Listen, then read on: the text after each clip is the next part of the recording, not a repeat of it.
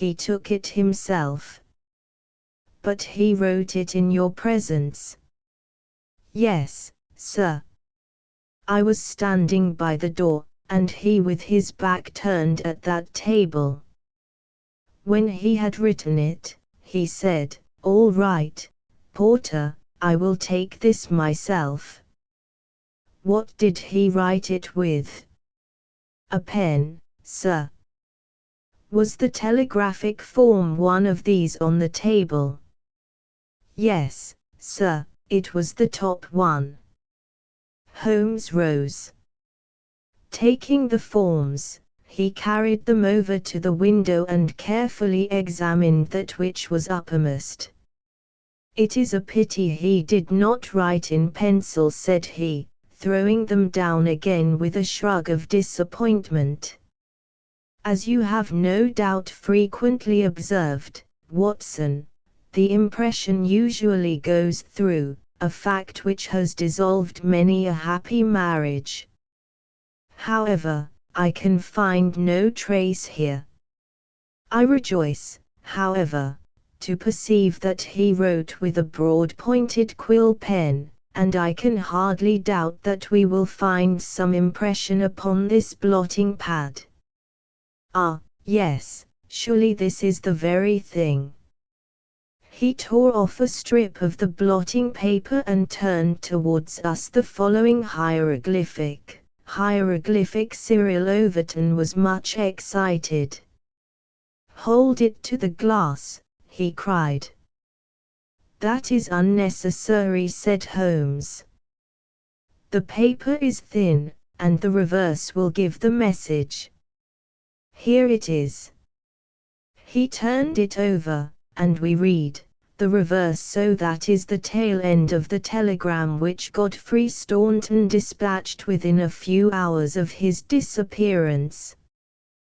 There are at least 6 words of the message which have escaped us, but what remains, stand by us for God's sake," proves that this young man saw a formidable danger which approached him, and from which someone else could protect him.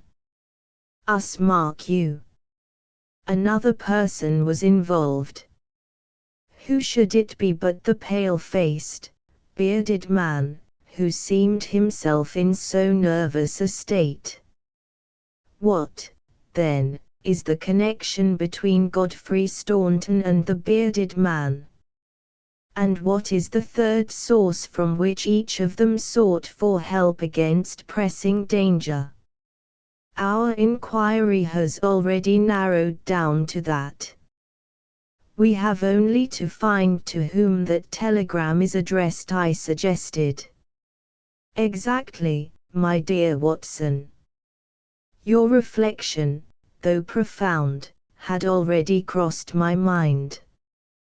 But I dare say it may have come to your notice that, counterfoil of another man's message, there may be some disinclination on the part of the officials to oblige you. There is so much red tape in these matters. However, I have no doubt that with a little delicacy and finesse the end may be attained. Meanwhile, I should like in your presence, Mr. Overton, to go through these papers which have been left upon the table." There were a number of letters, bills, and notebooks, which Holmes turned over and examined with quick, nervous fingers and darting, penetrating eyes. "Nothing here," he said, at last. "By the way, I suppose your friend was a healthy young fellow, nothing amiss with him?" "Sound as a bell." "Have you ever known him ill?" "Not a day. He has been laid up with a hack, and once he slipped his kneecap, but that was nothing." "Perhaps he was not so strong as you suppose." "I should think he may have had some secret trouble." "With your assent, I will put 1 or 2 of these papers in my pocket, in case they should bear upon our future inquiry. One moment, cried a querulous voice, and we looked up to find a queer little old man, jerking and twitching in the doorway. He was dressed in rusty black, with a very broad-brimmed top hat and a loose white necktie, the whole effect being that of a very rustic parson or of an undertaker's mute. Yet, in spite of his shabby and even absurd appearance, his voice had a sharp crackle, and his manner a quick intensity which commanded attention. "Who are you, sir, and by what right do you touch this gentleman's papers?" he asked. "I am a private detective, and I am endeavoring to explain his disappearance." "Oh, you are you? And who instructed you, eh?" "This gentleman, Mr. Staunton's friend, was referred to me by Scotland Yard." "Who are you, sir?" "I am Cyril Overton." "Then it is you who sent me a telegram." "My name is Lord Mount James. I came round as quickly as the Bayswater bus would bring me." "So you have instructed a detective?" "Yes, sir." "And are you prepared to meet the cost?" "I have no doubt, sir, that my friend Godfrey, when we find him, will be prepared to do that." "But if he is never found, eh?" "Answer me that." "In that case, no doubt his family—" "Nothing of the sort, sir," screamed the little man. "Don't look to me for a penny, not a penny. You understand that, Mr. Detective? I am all the family that this young man has got, and I tell you that I am not responsible. If he has any expectations, it is due to the fact that I have never wasted money, and I do not propose to begin to do so now. As to those papers with which you are making so free, I may tell you that in case there should be anything of any value among them, you will be held strictly to account for what you do with them." "Very good, sir," said Sherlock Holmes. "May I ask, in the meanwhile, whether you have yourself any theory to account for this young man's disappearance?" "No, sir, I have not. He is big enough and old enough to look after himself, and if he is so foolish as to lose himself, I entirely refuse to accept the responsibility of hunting for him." "I quite understand your position," said Holmes, with a mischievous twinkle in his eyes. "Perhaps you don't quite understand mine. Godfrey Staunton appears to have been a poor man. If he has been kidnapped, it could not have been for anything which he himself possesses. The fame of your wealth has gone abroad, Lord Mount James, and it is entirely possible that a gang of thieves have secured your nephew in order to gain from him some information as to your house, your habits, and your treasure." The face of our unpleasant little visitor turned as white as his neckcloth. "Heavens, sir, what an idea! I never thought of such villainy. What inhuman rogues there are in the world! But Godfrey is a fine lad, a staunch lad. Nothing would induce him to give his old uncle away. I'll have the plate moved over to the bank this evening. In the meantime, spare no pains, Mr. Detective. I beg you to leave no stone unturned to bring him safely back. As to money, well, so far as a fiver or even a tenner goes, you can always look to me.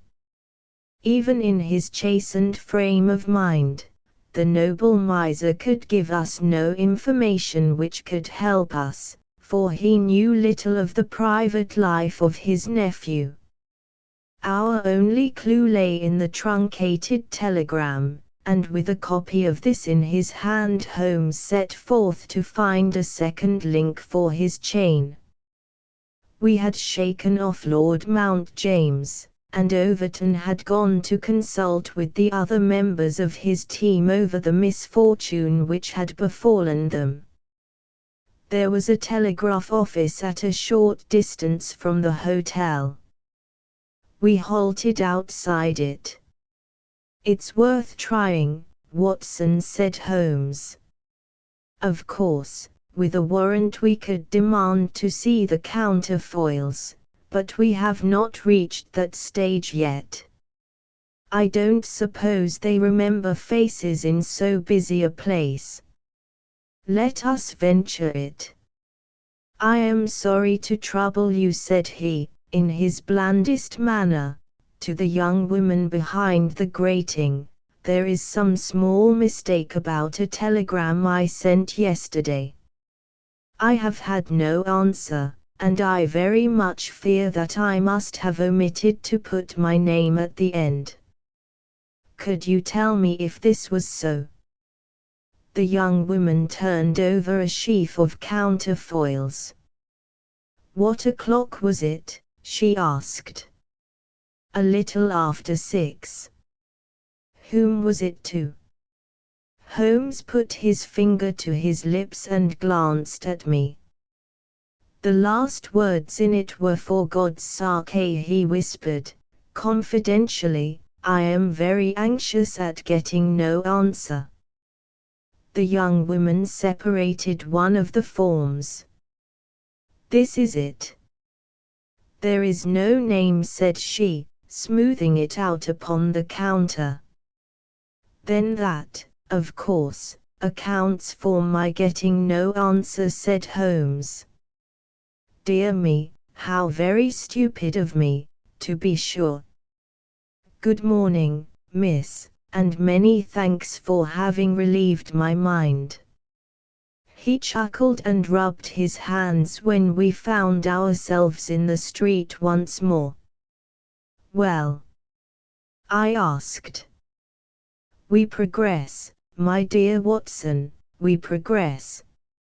I had 7 different schemes for getting a glimpse of that telegram, but I could hardly hope to succeed the very first time. "And what have you gained?" "A starting point for our investigation." He hailed a cab. "King's Cross Station," said he. "We have a journey, then?" "Yes, I think we must run down to Cambridge together. All the indications seem to me to point in that direction." "Tell me," I asked, as we rattled up Gray's Inn Road, "have you any suspicion yet as to the cause of the disappearance? I don't think that among all our cases I have known one where the motives are more obscure. Surely you don't really imagine that he may be kidnapped in order to give information against his wealthy uncle?" "I confess, my dear Watson, that does not appeal to me as a very probable explanation. It struck me, however, as being the one which was most likely to interest that exceedingly unpleasant old person." "It certainly did that, but what are your alternatives?" "I could mention several. You must admit that it is curious and suggestive that this incident should occur on the eve of this important match, and should involve the only man whose presence seems essential to the success of the side. It may, of course, be a coincidence, but it is interesting. Amateur sport is free from betting, but a good deal of outside betting goes on among the public, and it is possible that it might be worth someone's while to get at a player as the ruffians of the turf get at a racehorse. There is one explanation. A second very obvious one is that this young man really is the heir of a great property, however modest his means may at present be, and it is not impossible that a plot to hold him for ransom might be concocted. These theories take no account of the telegram. Quite true, Watson. The telegram still remains the only solid thing with which we have to deal, and we must not permit our attention to wander away from it. It is to gain light upon the purpose of this telegram that we are now upon our way to Cambridge. The path of our investigation is at present obscure, but I shall be very much surprised if before evening we have not cleared it up, or made a considerable advance along it. It was already dark when we reached the old university city. Holmes took a cab at the station and ordered the man to drive to the house of Dr. Leslie Armstrong. A few minutes later, we had stopped at a large mansion in the busiest thoroughfare. We were shown in, and after a long wait were at last admitted into the consulting room, where we found the doctor seated behind his table. It argues the degree in which I had lost touch with my profession that the name of Leslie Armstrong was unknown to me.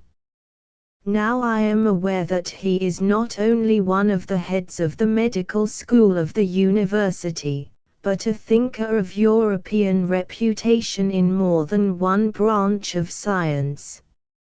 Yet even without knowing his brilliant record one could not fail to be impressed by a mere glance at the man, the square, massive face, the brooding eyes under the thatched brows, and the granite molding of the inflexible jaw. A man of deep character, a man with an alert mind, grim, ascetic, self-contained, formidable, so I read Dr. Leslie Armstrong. He held my friend's card in his hand, and he looked up with no very pleased expression upon his dour features. "I have heard your name, Mr. Sherlock Holmes, and I am aware of your profession, one of which I by no means approve. In that, Doctor, you will find yourself in agreement with every criminal in the country," said my friend, quietly. "So far as your efforts are directed towards the suppression of crime, sir, they must have the support of every reasonable member of the community, though I cannot doubt that the official machinery is amply sufficient for the purpose. Where your calling is more open to criticism is when you pry into the secrets of private individuals, when you rake up family matters which are better hidden, and when you incidentally waste the time of men who are more busy than yourself. At the present moment, for example, I should be writing a treatise instead of conversing with you." "No doubt, Doctor, and yet the conversation may prove more important than the treatise. Incidentally, I may tell you that we are doing the reverse of what you very justly blame, and that we are endeavoring to prevent anything like public exposure of private matters which must necessarily follow when once the case is fairly in the hands of the official police. You may look upon me simply as an irregular pioneer, who goes in front of the regular forces of the country. I have come to ask you about Mr. Godfrey Staunton." "What about him?" "You know him, do you not?" "He is an intimate friend of mine." "You are aware that he has disappeared?" "Ah, indeed." There was no change of expression in the rugged features of the doctor. "He left his hotel last night. He has not been heard of. No doubt he will return. Tomorrow is the varsity football match. I have no sympathy with these childish games. The young man's fate interests me deeply, since I know him and like him. The football match does not come within my horizon at all.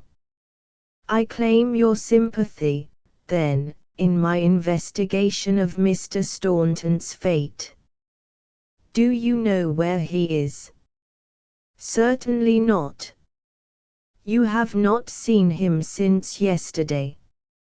"No, I have not."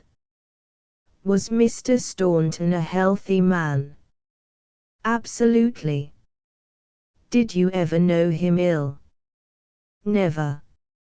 Holmes popped a sheet of paper before the doctor's eyes.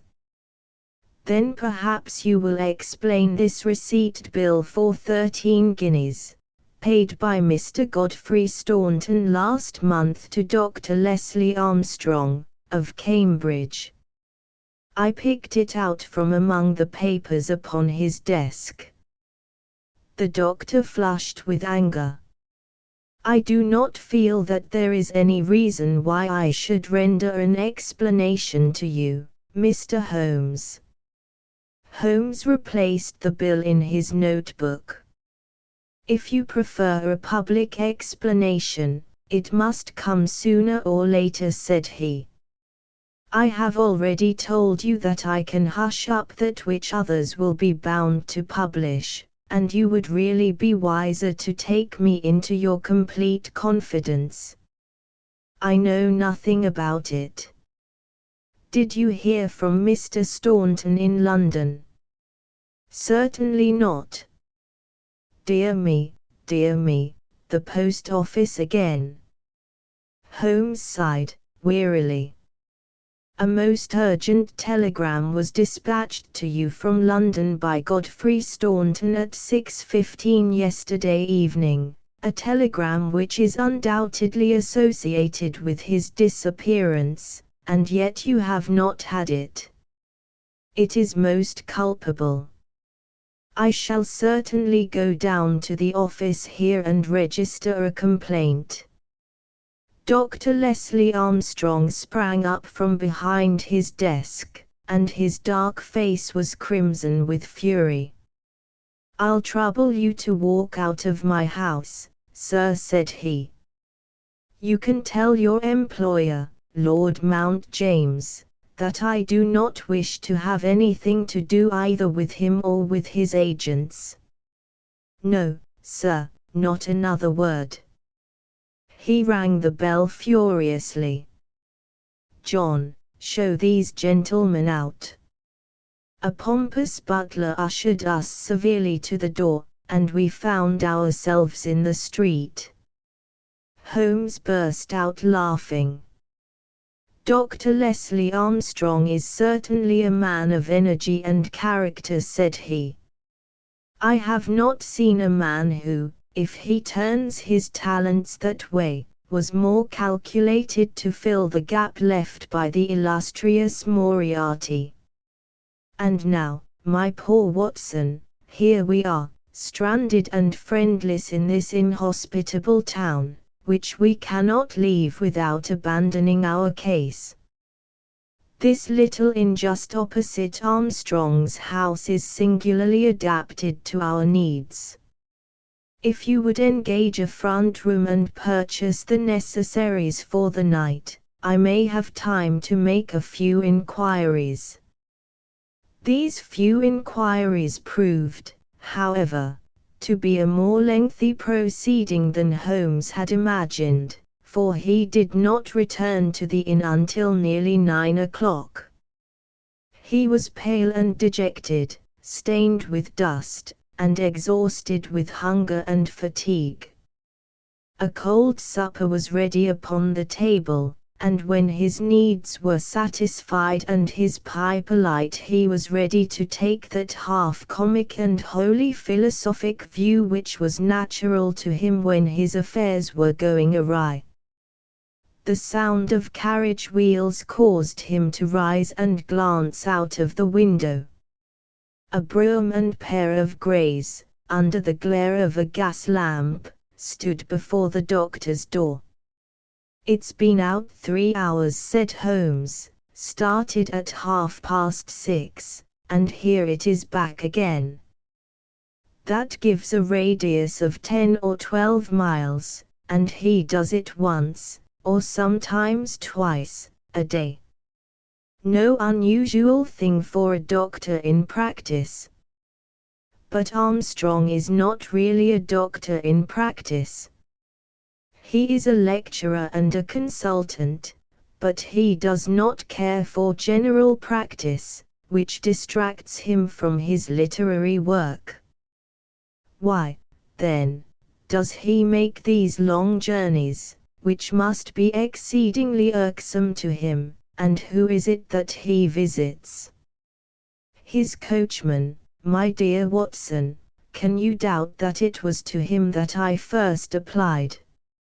I do not know whether it came from his own innate depravity or from the promptings of his master, but he was rude enough to set a dog at me. Neither dog nor man liked the look of my stick, however, and the matter fell through. Relations were strained after that, and further inquiries out of the question. All that I have learned I got from a friendly native in the yard of our own inn. It was he who told me of the doctor's habits and of his daily journey. At that instant, to give point to his words, the carriage came round to the door. Could you not follow it? Excellent, Watson. You are scintillating this evening. The idea did cross my mind. There is, as you may have observed, a bicycle shop next to our inn. Into this I rushed, engaged a bicycle, and was able to get started before the carriage was quite out of sight. I rapidly overtook it, and then, keeping at a discreet distance of 100 yards or so, I followed its lights until we were clear of the town. We had got well out on the country road, when a somewhat mortifying incident occurred. The carriage stopped, the doctor alighted, walked swiftly back to where I had also halted, and told me in an excellent sardonic fashion that he feared the road was narrow, and that he hoped his carriage did not impede the passage of my bicycle. Nothing could have been more admirable than his way of putting it. I at once rode past the carriage, and, keeping to the main road, I went on for a few miles, and then halted in a convenient place to see if the carriage passed. There was no sign of it, however, and so it became evident that it had turned down one of several side roads which I had observed. I rode back, but again saw nothing of the carriage, and now, as you perceive, it has returned after me.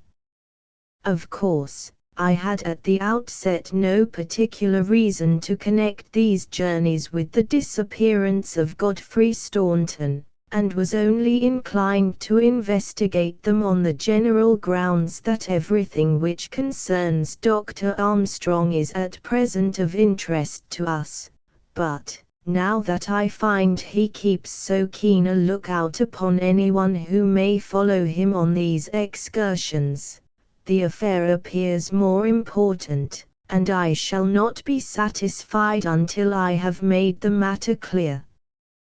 We can follow him tomorrow. Can we? It is not so easy as you seem to think. You are not familiar with Cambridgeshire scenery, are you? It does not lend itself to concealment. All this country that I passed over tonight is as flat and clean as the palm of your hand, and the man we are following is no fool, as he very clearly showed tonight. I have wired to Overton to let us know any fresh London developments at this address, and in the meantime we can only concentrate our attention upon Dr. Armstrong, whose name the obliging young lady at the office allowed me to read upon the counterfoil of Staunton's urgent message. He knows where the young man is, to that I'll swear, and if he knows, then it must be our own fault if we cannot manage to know also. At present it must be admitted that the odd trick is in his possession, and, as you are aware, Watson, it is not my habit to leave the game in that condition. And yet the next day brought us no nearer to the solution of the mystery. A note was handed in after breakfast, which Holmes passed across to me with a smile.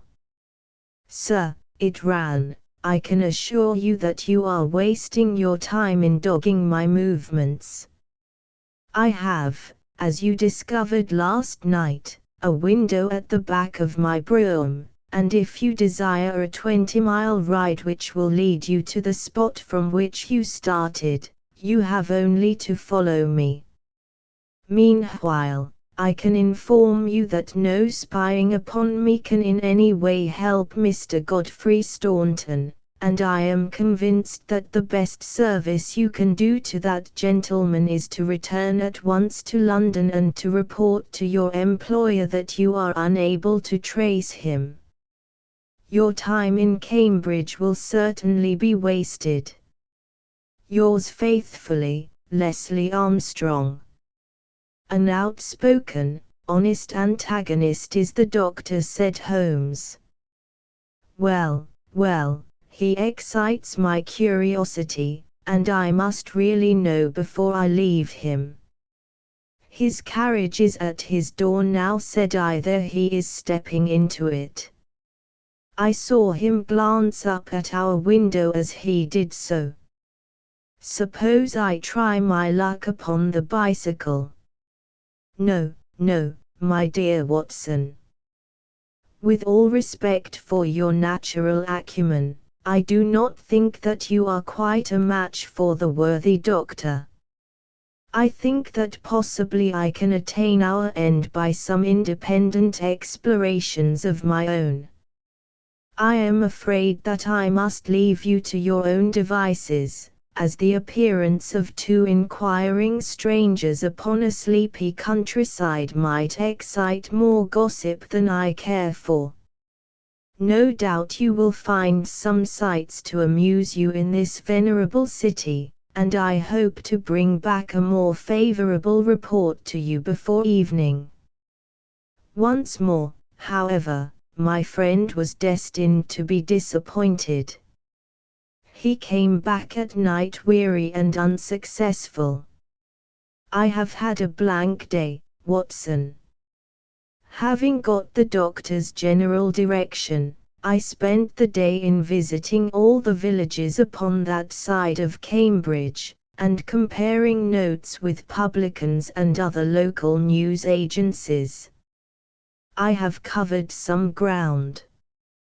Chesterton, Histon, Waterby Atch, and Oakington have each been explored, and have each proved disappointing. The daily appearance of a brougham and pair could hardly have been overlooked in such sleepy hollows. The doctor has scored once more. Is there a telegram for me? Yes, I opened it. Here it is. Ask for Pompey from Jeremy Dixon, Trinity College. I don't understand it. Oh, it is clear enough. It is from our friend Overton, and is in answer to a question from me. I'll just send round a note to Mr. Jeremy Dixon, and then I have no doubt that our luck will turn. By the way, is there any news of the match? Yes, the local evening paper has an excellent account in its last edition. Oxford won by a goal and 2 tries.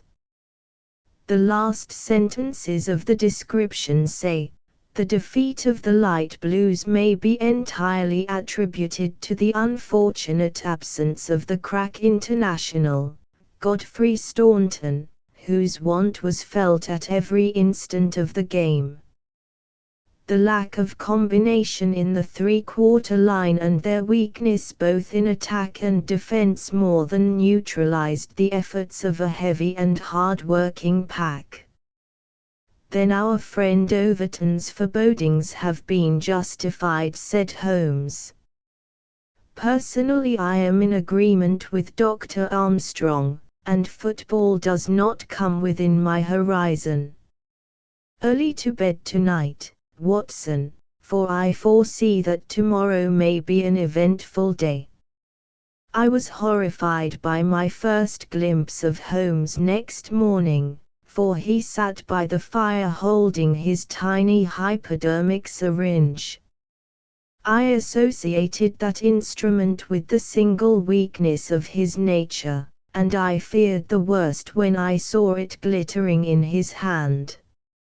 He laughed at my expression of dismay and laid it upon the table. No, no, my dear fellow, there is no cause for alarm. It is not upon this occasion the instrument of evil, but it will rather prove to be the key which will unlock our mystery. On this syringe I base all my hopes. I have just returned from a small scouting expedition, and everything is favorable. Eat a good breakfast, Watson, for I propose to get upon Dr. Armstrong's trail today, and once on it I will not stop for rest or food until I run him to his burrow. In that case, said I, we had best carry our breakfast with us, for he is making an early start. His carriage is at the door. Never mind. Let him go. He will be clever if he can drive where I cannot follow him. When you have finished, come downstairs with me, and I will introduce you to a detective who is a very eminent specialist in the work that lies before us. When we descended, I followed Holmes into the stable yard, where he opened the door of a loose box and led out a squat, lop-eared, white and tan dog, something between a beagle and a foxhound.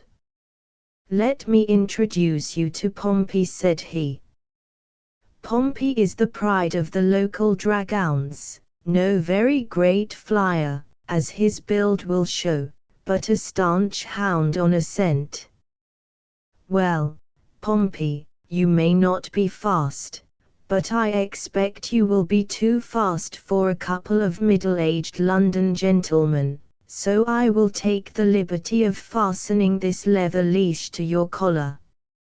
Now, boy, come along, and show what you can do.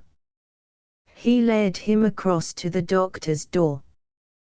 The dog sniffed round for an instant, and then with a shrill whine of excitement started off down the street, tugging at his leash in his efforts to go faster. In half an hour, we were clear of the town and hastening down a country road.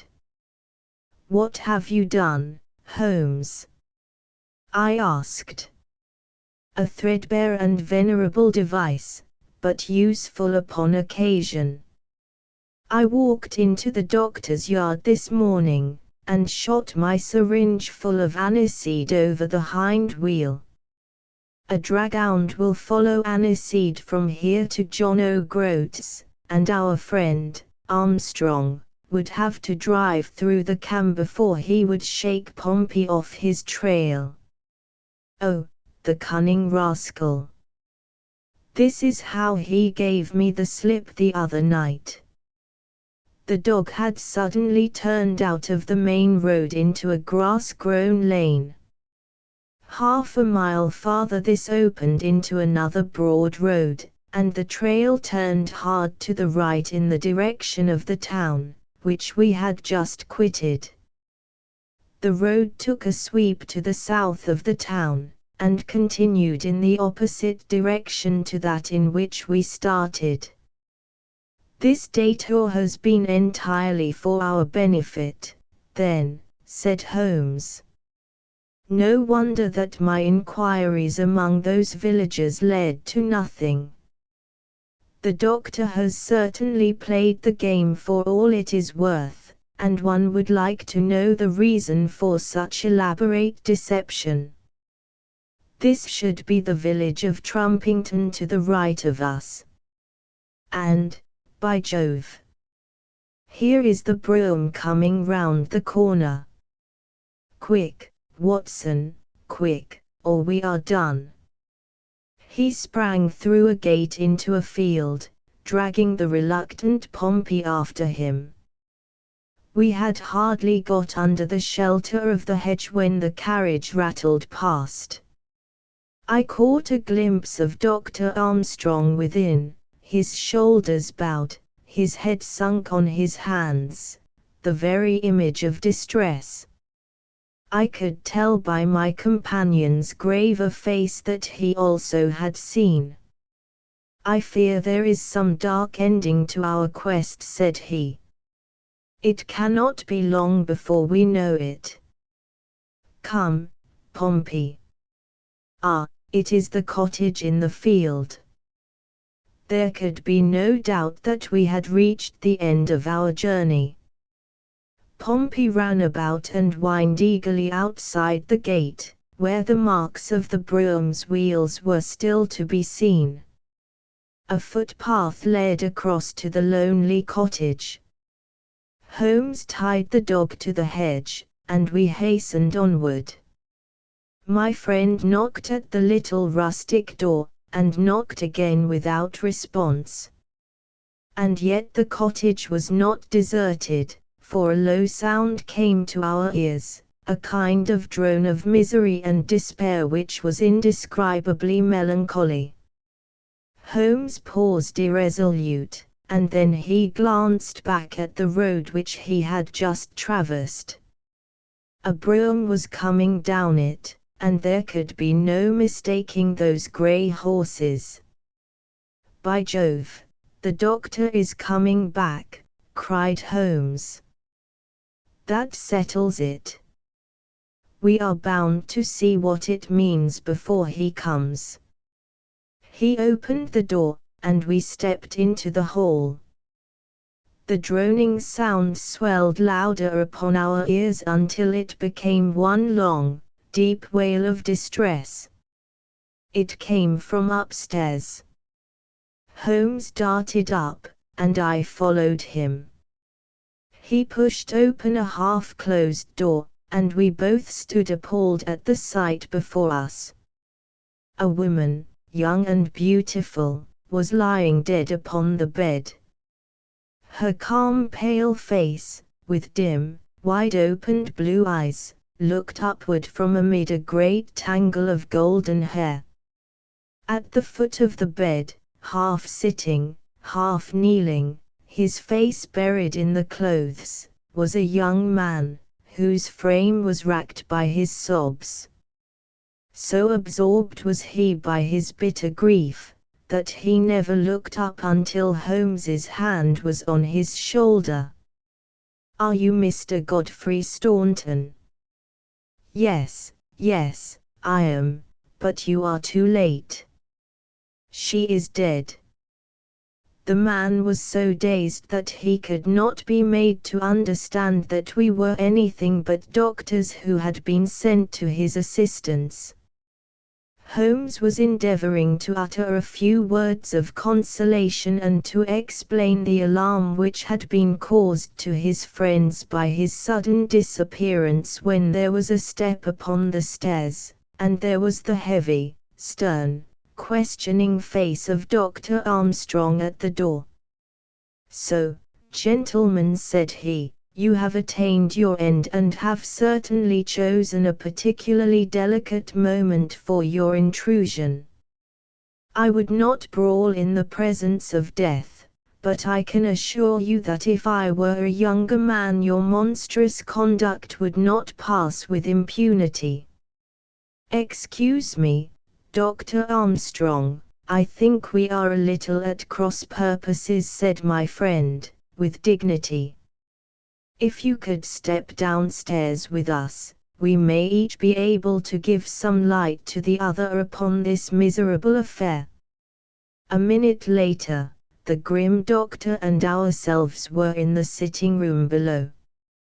"Well, sir," said he, "I wish you to understand, in the first place, that I am not employed by Lord Mount James, and that my sympathies in this matter are entirely against that nobleman.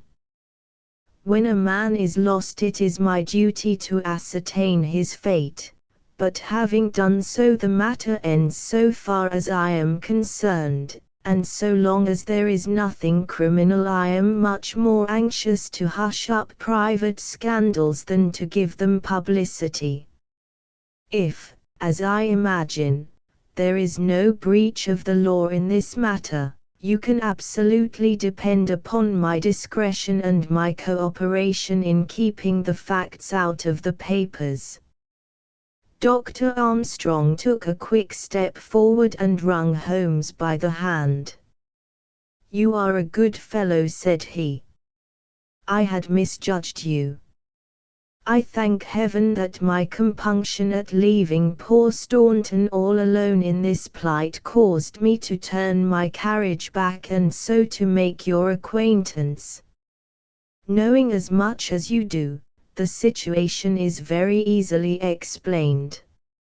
A year ago Godfrey Staunton lodged in London for a time and became passionately attached to his landlady's daughter, whom he married.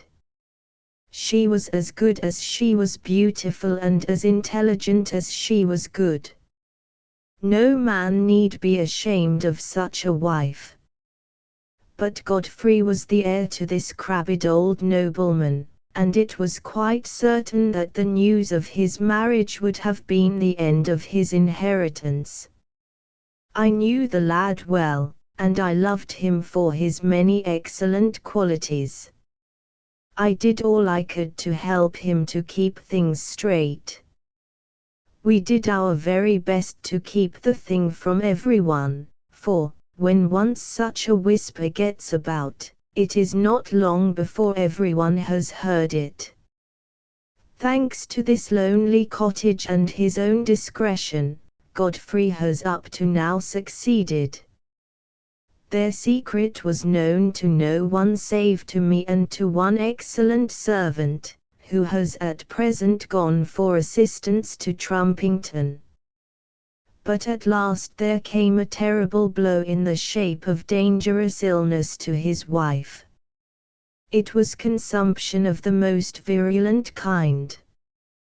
The poor boy was half crazed with grief, and yet he had to go to London to play this match, for he could not get out of it without explanations which would expose his secret. I tried to cheer him up by wire, and he sent me one in reply, imploring me to do all I could.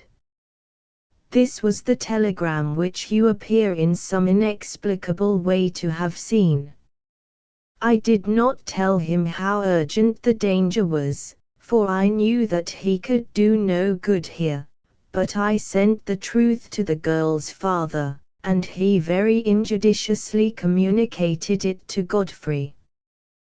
The result was that he came straight away in a state bordering on frenzy, and has remained in the same state, kneeling at the end of her bed, until this morning death put an end to her sufferings. That is all, Mr. Holmes, and I am sure that I can rely upon your discretion and that of your friend." Holmes grasped the doctor's hand. "Come, Watson," said he, and we passed from that house of grief into the pale sunlight of the winter day. The adventure of the Abbey Grange. It was on a bitterly cold and frosty morning, towards the end of the winter of '97, that I was awakened by a tugging at my shoulder. It was Holmes. The candle in his hand shone upon his eager, stooping face, and told me at a glance that something was amiss. "Come, Watson, come," he cried. "The game is afoot. Not a word. Into your clothes and come." 10 minutes later we were both in a cab, and rattling through the silent streets on our way to Charing Cross Station.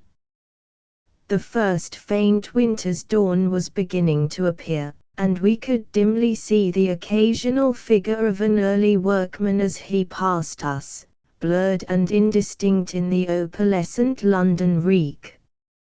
Holmes nestled in silence into his heavy coat, and I was glad to do the same, for the air was most bitter, and neither of us had broken our fast. It was not until we had consumed some hot tea at the station and taken our places in the Kentish train that we were sufficiently thawed, he to speak and I to listen. Holmes drew a note from his pocket, and read aloud, "Abbey Grange, Marsham, Kent, 3:30 a.m. My dear Mr. Holmes, I should be very glad of your immediate assistance in what promises to be a most remarkable case. It is something quite in your line. Except for releasing the lady, I will see that everything is kept exactly as I have found it, but I beg you not to lose an instant, as it is difficult to leave Sir Eustace there. Yours faithfully, Stanley Hopkins." Hopkins has called me in 7 times, and on each occasion his summons has been entirely justified, said Holmes. "I fancy that every one of his cases has found its way into your collection, and I must admit, Watson, that you have some power of selection, which atones for much which I deplore in your narratives.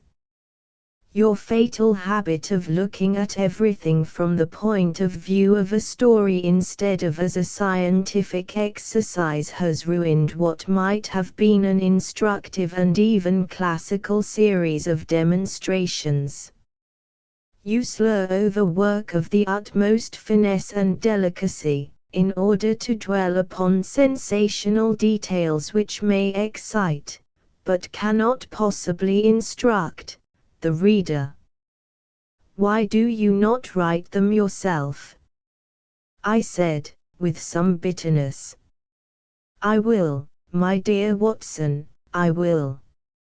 At present I am, as you know, fairly busy, but I propose to devote my declining years to the composition of a textbook, which shall focus the whole art of detection into one volume. Our present research appears to be a case of murder. You think this Sir Eustace is dead, then?" "I should say so. Hopkins's writing shows considerable agitation, and he is not an emotional man." "Yes, I gather there has been violence, and that the body is left for our inspection. A mere suicide would not have caused him to send for me. As to the release of the lady, it would appear that she has been locked in her room during the tragedy. We are moving in high life, Watson. Crackling paper, E.B. monogram, coat of arms, picturesque address. I think that friend Hopkins will live up to his reputation, and that we shall have an interesting morning. The crime was committed before 12 last night." "How can you possibly tell?" "By an inspection of the trains, and by reckoning the time. The local police had to be called in, they had to communicate with Scotland Yard, Hopkins had to go out, and he in turn had to send for me. All that makes a fair night's work. Well, here we are at Chislehurst Station, and we shall soon set our doubts at rest. A drive of a couple of miles through narrow country lanes brought us to a park gate, which was opened for us by an old lodge-keeper, whose haggard face bore the reflection of some great disaster. The avenue ran through a noble park, between lines of ancient elms, and ended in a low, widespread house, pillared in front after the fashion of Palladio. The central part was evidently of a great age and shrouded in ivy, but the large windows showed that modern changes had been carried out, and one wing of the house appeared to be entirely new. The youthful figure and alert, eager face of Inspector Stanley Hopkins confronted us in the open doorway. "I'm very glad you have come, Mr. Holmes. And you, too, Dr. Watson. But, indeed, if I had my time over again, I should not have troubled you, for since the lady has come to herself, she has given so clear an account of the affair that there is not much left for us to do.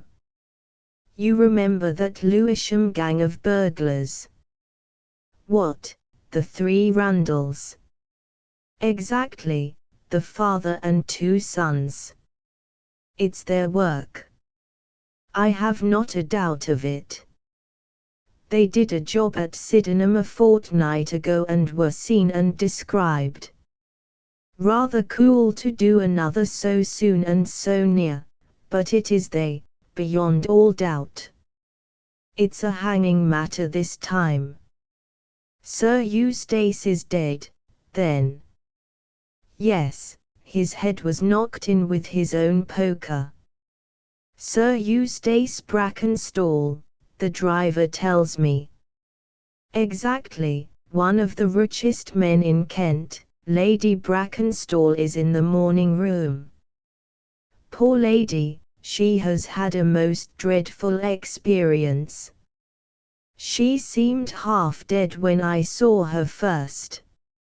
I think you had best see her and hear her account of the facts. Then we will examine the dining room together." Lady Brackenstall was no ordinary person. Seldom have I seen so graceful a figure, so womanly a presence, and so beautiful a face. She was a blonde, golden-haired, blue-eyed, and would no doubt have had the perfect complexion which goes with such coloring, had not her recent experience left her drawn and haggard.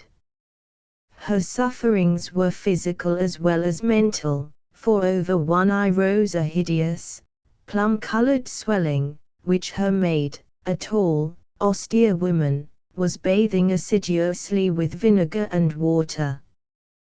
The lady lay back exhausted upon a couch, but her quick, observant gaze, as we entered the room, and the alert expression of her beautiful features, showed that neither her wits nor her courage had been shaken by her terrible experience.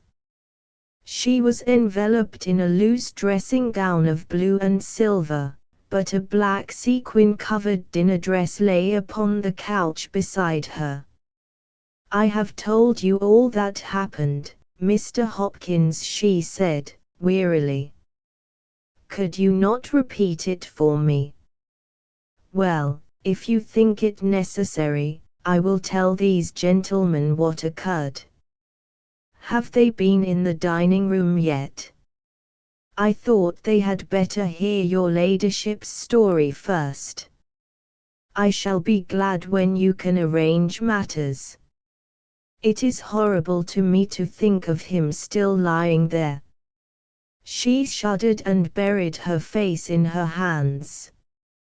As she did so, the loose gown fell back from her forearms. Holmes uttered an exclamation. "You have other injuries, madam." "What is this?" Two vivid red spots stood out on one of the white, round limbs. She hastily covered it. "It is nothing. It has no connection with this hideous business tonight. If you and your friend will sit down, I will tell you all I can. I am the wife of Sir Eustace Brackenstall. I have been married about a year. I suppose that it is no use my attempting to conceal that our marriage has not been a happy one. I fear that all our neighbors would tell you that, even if I were to attempt to deny it. Perhaps the fault may be partly mine. I was brought up in the freer, less conventional atmosphere of South Australia, and this English life, with its proprieties and its primness, is not congenial to me. But the main reason lies in the one fact, which is notorious to everyone, and that is that Sir Eustace was a confirmed drunkard. To be with such a man for an hour is unpleasant. Can you imagine what it means for a sensitive and high-spirited woman to be tied to him for day and night?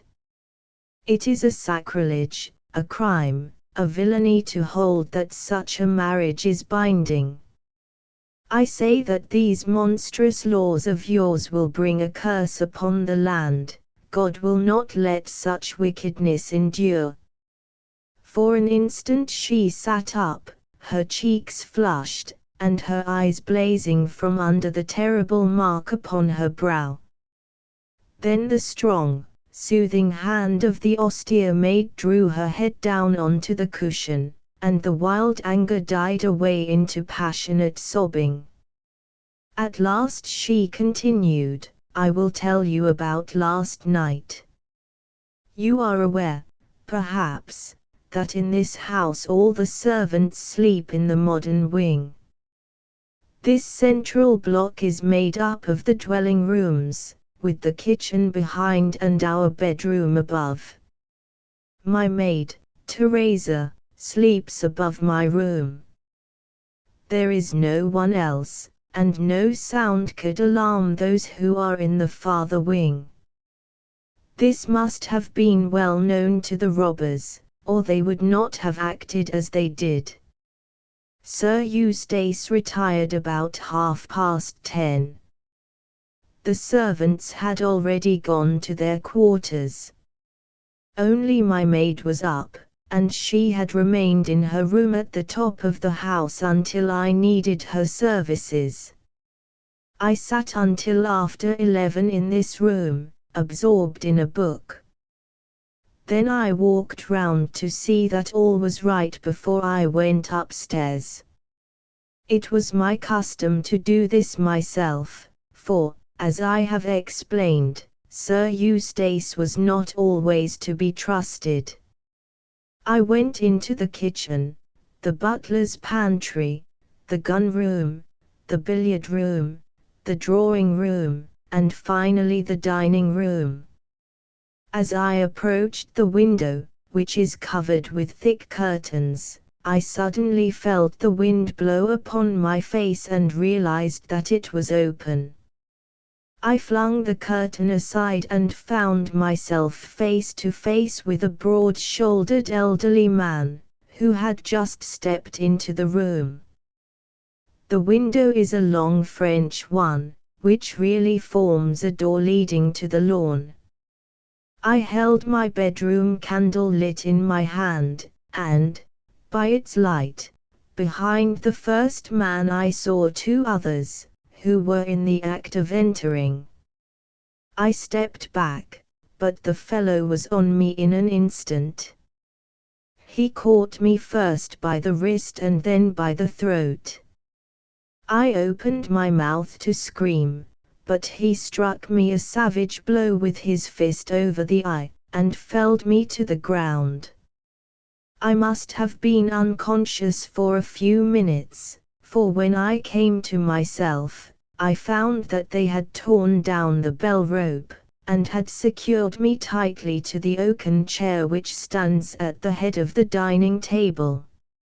I was so firmly bound that I could not move, and a handkerchief round my mouth prevented me from uttering a sound. It was at this instant that my unfortunate husband entered the room. He had evidently heard some suspicious sounds, and he came prepared for such a scene as he found. He was dressed in nightshirt and trousers, with his favorite blackthorn cudgel in his hand. He rushed at the burglars, but another, it was an elderly man, stooped, picked the poker out of the grate and struck him a horrible blow as he passed. He fell with a groan and never moved again. I fainted once more, but again it could only have been for a very few minutes, during which I was insensible. When I opened my eyes I found that they had collected the silver from the sideboard, and they had drawn a bottle of wine which stood there. Each of them had a glass in his hand. I have already told you, have I not, that one was elderly, with a beard, and the others young, hairless lads. They might have been a father with his 2 sons. They talked together in whispers. Then they came over and made sure that I was securely bound. Finally they withdrew, closing the window after them. It was quite a quarter of an hour before I got my mouth free. When I did so, my screams brought the maid to my assistance.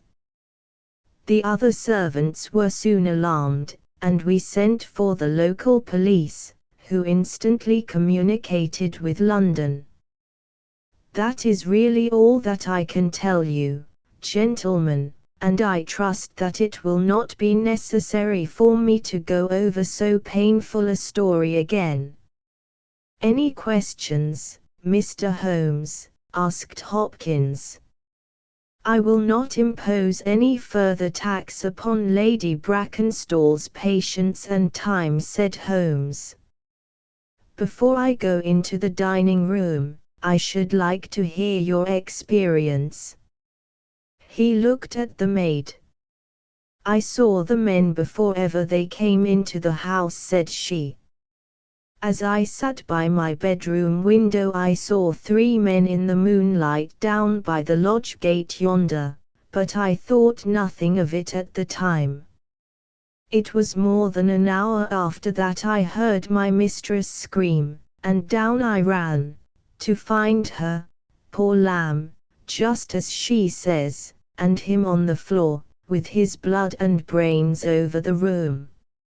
It was enough to drive a woman out of her wits, tied there, and her very dress spotted with him, but she never wanted courage, did Miss Mary Fraser of Adelaide, and Lady Brackenstall of Abbey Grange hasn't learned new ways.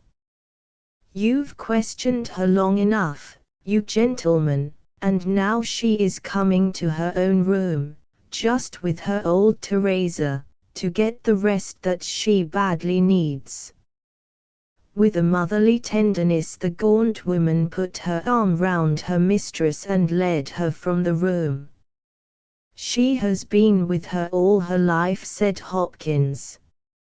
Nursed her as a baby, and came with her to England when they first left Australia, 18 months ago. Teresa Wright is her name, and the kind of maid you don't pick up nowadays. This way, Mr. Holmes, if you please. The keen interest had passed out of Holmes's expressive face, and I knew that with the mystery all the charm of the case had departed. There still remained an arrest to be effected, but what were these commonplace rogues that he should soil his hands with them? An abstruse and learned specialist who finds that he has been called in for a case of measles would experience something of the annoyance which I read in my friend's eyes. Yet the scene in the dining room of the Abbey Grange was sufficiently strange to arrest his attention and to recall his waning interest. It was a very large and high chamber, with carved oak ceiling, oaken panelling, and a fine array of deer's heads and ancient weapons around the walls. At the further end from the door was the high French window of which we had heard. 3 smaller windows on the right-hand side filled the apartment with cold winter sunshine. On the left was a large, deep fireplace, with a massive, overhanging oak mantelpiece. Beside the fireplace was a heavy oaken chair with arms and crossbars at the bottom.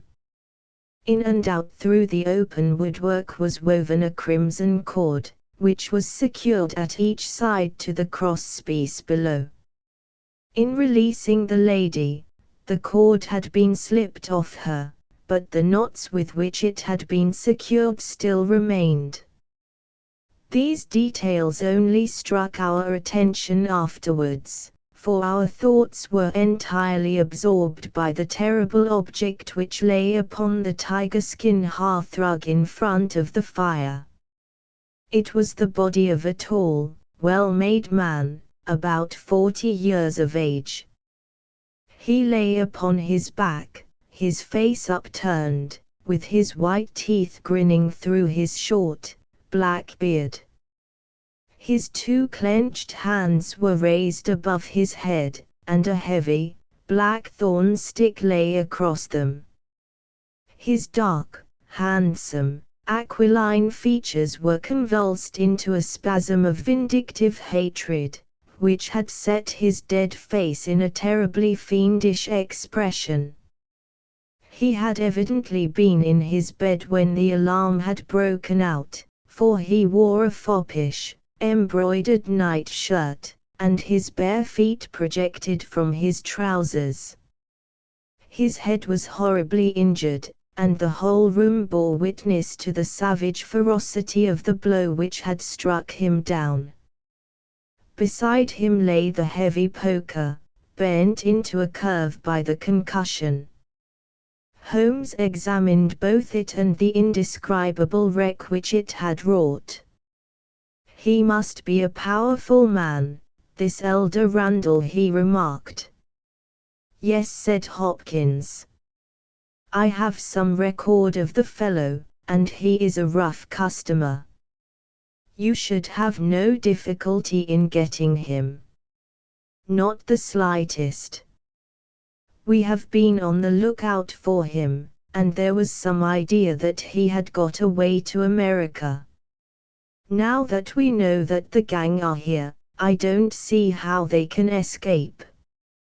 We have the news at every seaport already, and a reward will be offered before evening. What beats me is how they could have done so mad a thing, knowing that the lady could describe them and that we could not fail to recognize the description."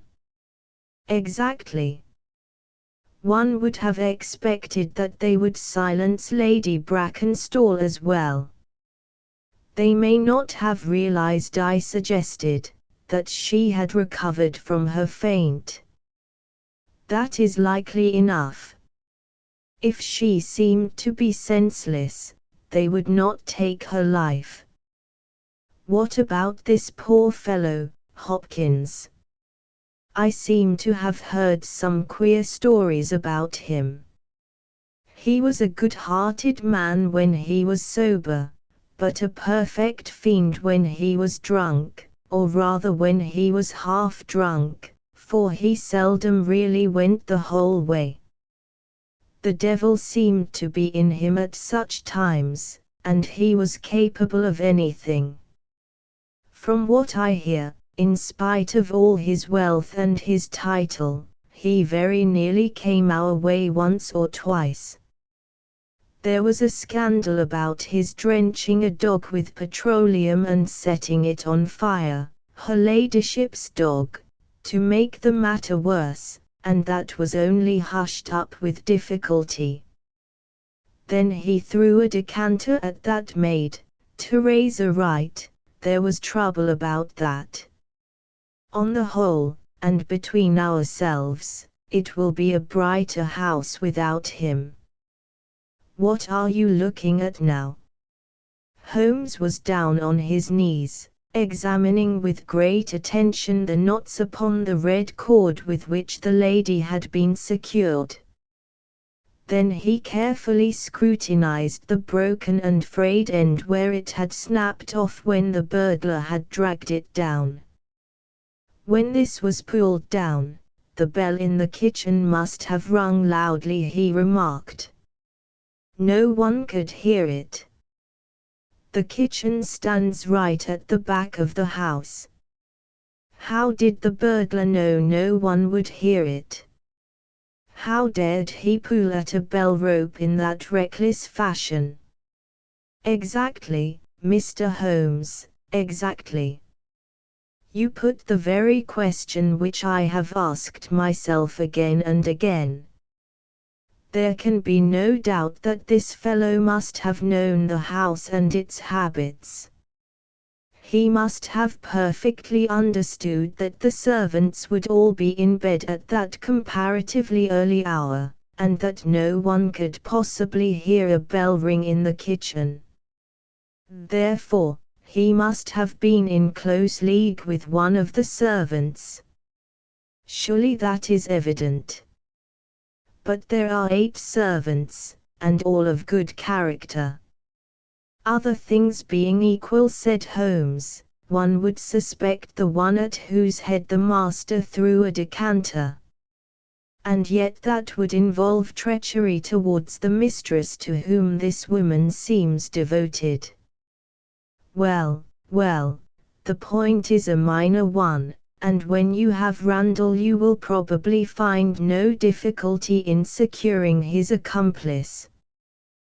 The lady's story certainly seems to be corroborated, if it needed corroboration, by every detail which we see before us.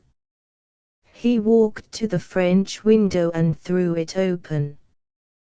There are no signs here, but the ground is iron hard, and one would not expect them. I see that these candles in the mantelpiece have been lighted. Yes, it was by their light and that of the lady's bedroom candle that the burglars saw their way about. And what did they take? Well, they did not take much, only half a dozen articles of plate off the sideboard. Lady Brackenstall thinks that they were themselves so disturbed by the death of Sir Eustace that they did not ransack the house, as they would otherwise have done. No doubt that is true, and yet they drank some wine, I understand. To steady their nerves. Exactly. These 3 glasses upon the sideboard have been untouched, I suppose. Yes, and the bottle stands as they left it.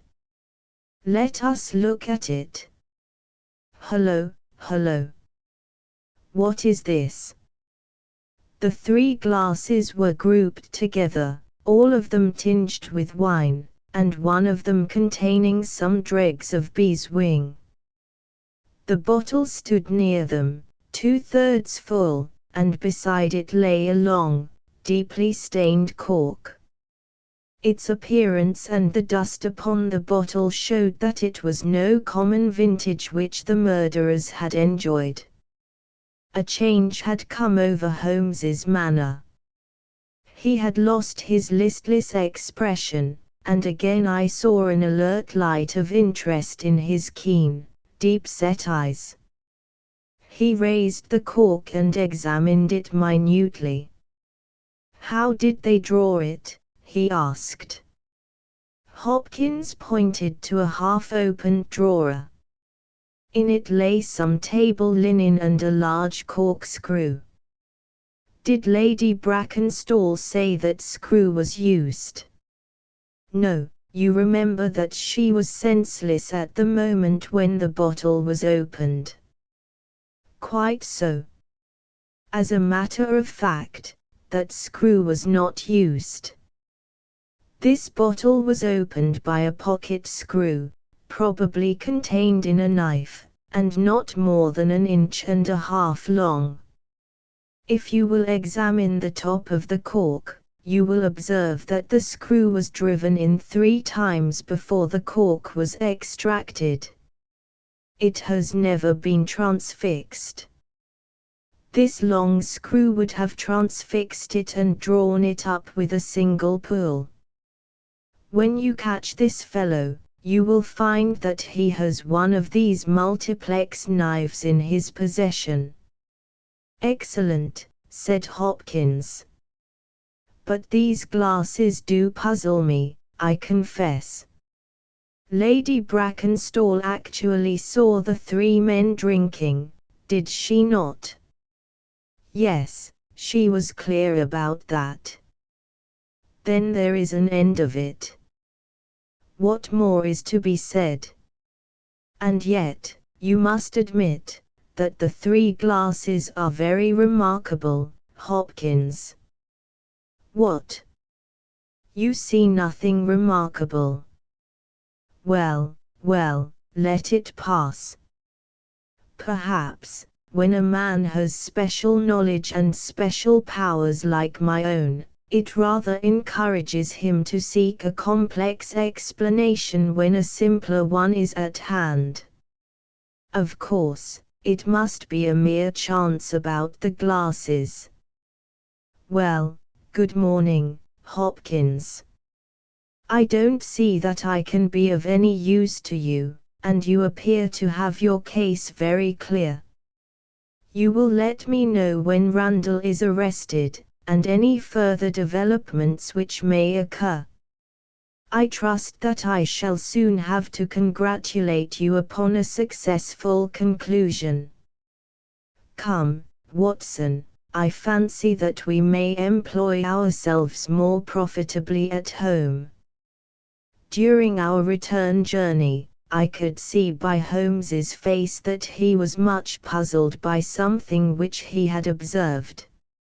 Every now and then, by an effort, he would throw off the impression, and talk as if the matter were clear, but then his doubts would settle down upon him again, and his knitted brows and abstracted eyes would show that his thoughts had gone back once more to the great dining room of the Abbey Grange, in which this midnight tragedy had been enacted. At last, by a sudden impulse, just as our train was crawling out of a suburban station, he sprang onto the platform and pulled me out after him. "Excuse me, my dear fellow," said he, as we watched the rear carriages of our train disappearing round a curve, "I am sorry to make you the victim of what may seem a mere whim, but on my life, Watson, I simply can't leave that case in this condition. Every instinct that I possess cries out against it. It's wrong, it's all wrong, I'll swear that it's wrong." And yet the lady's story was complete, the maid's corroboration was sufficient, the detail was fairly exact. What have I to put up against that? 3 wine glasses, that is all. But if I had not taken things for granted, if I had examined everything with the care which I should have shown had we approached the case de novo and had no cut and dried story to warp my mind, should I not then have found something more definite to go upon? Of course I should. Sit down on this bench, Watson, until a train for Chislehurst arrives, and allow me to lay the evidence before you, imploring you in the first instance to dismiss from your mind the idea that anything which the maid or her mistress may have said must necessarily be true. The lady's charming personality must not be permitted to warp our judgment. Surely there are details in her story which, if we looked at in cold blood, would excite our suspicion. These burglars made a considerable haul at Sydenham a fortnight ago. Some account of them and of their appearance was in the papers, and would naturally occur to anyone who wished to invent a story in which imaginary robbers should play a part. As a matter of fact, burglars who have done a good stroke of business are, as a rule, only too glad to enjoy the proceeds in peace and quiet without embarking on another perilous undertaking. Again, it is unusual for burglars to operate at so early an hour. It is unusual for burglars to strike a lady to prevent her screaming, since one would imagine that was the sure way to make her scream. It is unusual for them to commit murder when their numbers are sufficient to overpower one man. It is unusual for them to be content with a limited plunder when there was much more within their reach. And finally, I should say, that it was very unusual for such men to leave a bottle half empty. How do all these unusuals strike you, Watson? Their cumulative effect is certainly considerable, and yet each of them is quite possible in itself. The most unusual thing of all, as it seems to me, is that the lady should be tied to the chair. Well, I am not so clear about that, Watson, for it is evident that they must either kill her or else secure her in such a way that she could not give immediate notice of their escape. But at any rate I have shown, have I not, that there is a certain element of improbability about the lady's story. And now, on the top of this, comes the incident of the wineglasses. What about the wineglasses? Can you see them in your mind's eye? I see them clearly. We are told that 3 men drank from them. Does that strike you as likely? Why not? There was wine in each glass. Exactly, but there was beeswing only in one glass. You must have noticed that fact. What does that suggest to your mind? The last glass filled would be most likely to contain beeswing. Not at all. The bottle was full of it, and it is inconceivable that the first 2 glasses were clear and the third heavily charged with it. There are 2 possible explanations, and only 2. One is that after the second glass was filled the bottle was violently agitated, and so the third glass received the beeswing. That does not appear probable. No, I am sure that I am right. What, then, do you suppose? That only 2 glasses were used, and that the dregs of both were poured into a third glass, so as to give the false impression that 3 people had been here. In that way all the beeswing would be in the last glass, would it not? Yes, I am convinced that this is so. But if I have hit upon the true explanation of this one small phenomenon, then in an instant the case rises from the commonplace to the exceedingly remarkable, for it can only mean that Lady Brackenstall and her maid have deliberately lied to us, that not one word of their story is to be believed, that they have some very strong reason for covering the real criminal, and that we must construct our case for ourselves without any help from them. That is the mission which now lies before us, and here, Watson, is the Sydenham train." The household at the Abbey Grange were much surprised at our return, but Sherlock Holmes, finding that Stanley Hopkins had gone off to report to headquarters, took possession of the dining room, locked the door upon the inside, and devoted himself for 2 hours to one of those minute and laborious investigations which form the solid basis on which his brilliant edifices of deduction were reared. Seated in a corner like an interested student who observes the demonstration of his professor, I followed every step of that remarkable research.